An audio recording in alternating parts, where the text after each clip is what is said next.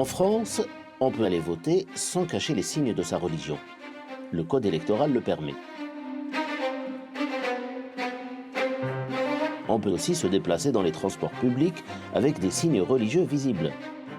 Aller à l'université dans sa tenue religieuse, oui, c'est possible. Mais bénéficier d'un financement public pour un projet de construction d'un temple, c'est non. Et quand on est un agent public, on ne peut pas afficher son appartenance religieuse non plus. Pour comprendre la laïcité en France, il faut comprendre l'histoire des guerres religieuses. À la fin du XIXe siècle, les républicains qui refusent la domination de l'Église catholique créent l'école laïque. En 1902, le président du Conseil et ministre de l'Intérieur et des Cultes, Émile Combes, ferme des centaines d'écoles catholiques. 2 ans plus tard, le gouvernement Combes rompt les relations diplomatiques avec le Vatican.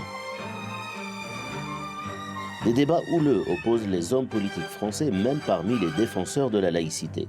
À chacun sa vision. 9 décembre 1905, une loi est enfin promulguée. Elle permet la liberté de croire ou de ne pas croire. Elle impose aussi la séparation de l'Église et de l'État et la neutralité de celui-ci. Enfin, elle assure l'égalité devant la loi et les services publics.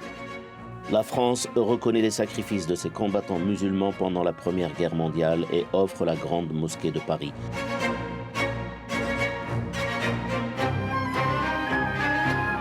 L'islam devient une réalité française et les musulmans de plus en plus visibles et nombreux. 1989, la première affaire de collégiennes musulmanes voilées secoue la France. Il faudra attendre 2004 pour qu'une loi interdise les signes religieux ostentatoires dans les écoles publiques, les collèges et les lycées.